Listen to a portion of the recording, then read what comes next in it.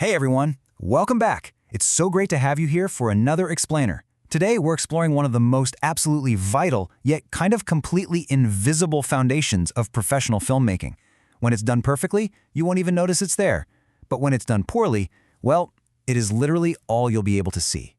Okay, let's dive into this and uncover the magic and the meticulous mechanics of visual continuity. So I want you to think back to a time you were just completely engrossed in a movie. The acting is phenomenal, the tension is super high, and then, bam. You suddenly notice the main character is holding a coffee cup in their right hand, the camera cuts to a new angle, and no way the cup is magically in their left hand? Or what about a half-eaten sandwich that instantly becomes completely whole again in the very next shot? It's super jarring, right? These tiny errors act like a bucket of cold water. They instantly break that cinematic illusion and remind us that, hey, we're really just watching actors on a set. All right, Section 1, the illusion of cinema. Let's look at understanding the basics. To understand exactly why these mistakes happen, we kind of have to understand how scenes are actually constructed. Movies aren't just filmed in one big continuous take. They're built piece by piece from multiple angles over several takes. And that brings us to visual continuity, which is basically maintaining consistency between shots so the audience totally believes the action is happening continuously. So the crucial point is that good continuity isn't just some boring technical rule for the sake of being strict. It is a massive storytelling tool. It's what allows your audience to stay deeply immersed in the story, rather than playing a game of spot the editing mistake. Moving right along to Section 2, the pillars of consistency, tracking the details. So there are basically four main categories of visual continuity that a filmmaker absolutely must track. We've got actor actions, props, wardrobe and appearance, and finally, lighting and environment. Honestly, you should think of every single one of these as a potential trap. If you let your guard down on even one of these elements, you risk totally breaking your audience's immersion. Let's break these down one by one, shall we? First up, we have actor actions. This means repeating physical actions exactly. Sit down, pick up a cup, or turn your head in the exact same way. This whole thing is all about muscle memory and precision. If an actor takes a sip of water on a specific line of dialogue in the wide shot, they absolutely must take that exact same sip with the exact same hand on the exact same word when the camera moves in for their close-up. If they don't do that, the editor literally won't be able to seamlessly cut those two angles together. In the biz, they call this matching on action, and it is for sure the heartbeat of a smooth edit. Next up, we've got props. Imagine you're filming a highly emotional, super dramatic scene.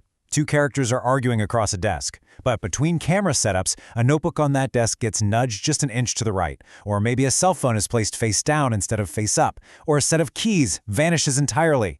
As soon as you cut those shots together, the audience's brain is going to instantly detect that sudden shift, and suddenly they aren't listening to your beautiful dialogue anymore, they are just staring at the teleporting notebook. Now, what's really interesting about this slide on wardrobe and appearance is how the tiniest, seemingly insignificant personal details can completely ruin a take. We're talking hair, makeup, costumes. They all have to match perfectly, well, unless the story actually dictates a change. Imagine an actor gets hot under the studio lights and decides to roll up their sleeves between takes. Or they take their watch off while on a break and just totally forget to put it back on. If you shoot a tight close-up without that watch, that footage is fundamentally useless for the final edit, no matter how amazing the acting was.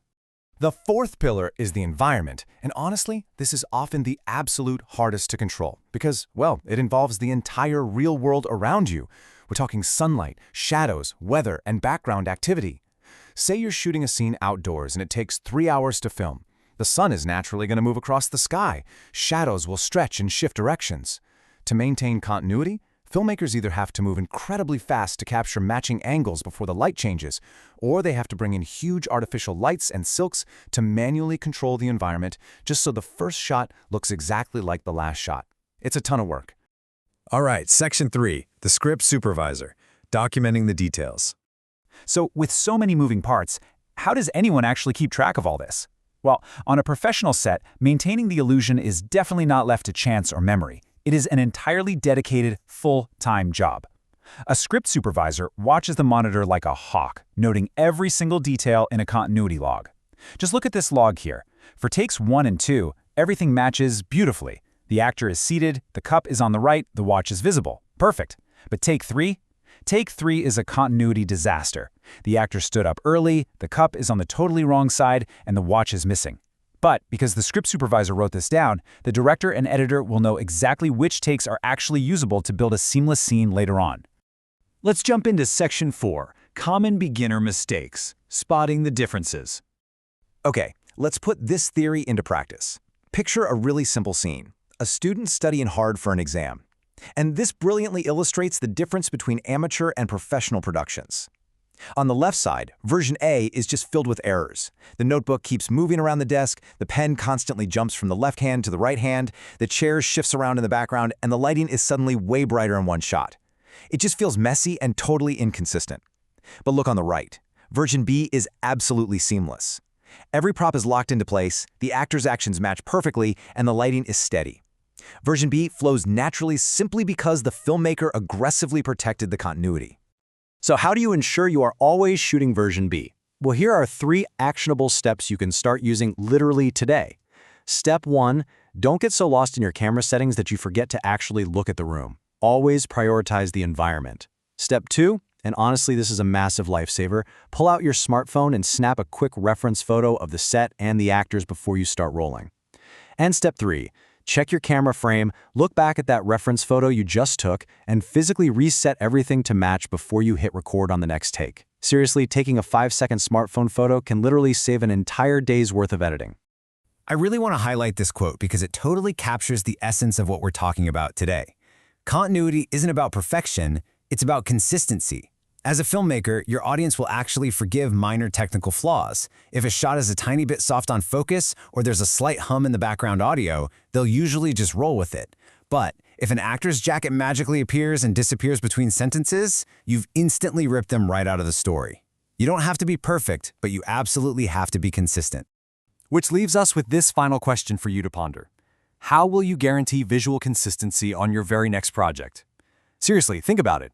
Are you going to start taking reference photos? Are you going to designate a specific crew member to just watch the props? Think about the systems you can put in place to ensure your audience never spots the seams in your work. Keep practicing those observation skills. Next time on The Explainer, we are going to build on this exact foundation by diving into master shots and coverage, and we'll learn how to capture an entire scene from multiple angles. Until then, stay focused, keep learning, and I'll see you next time.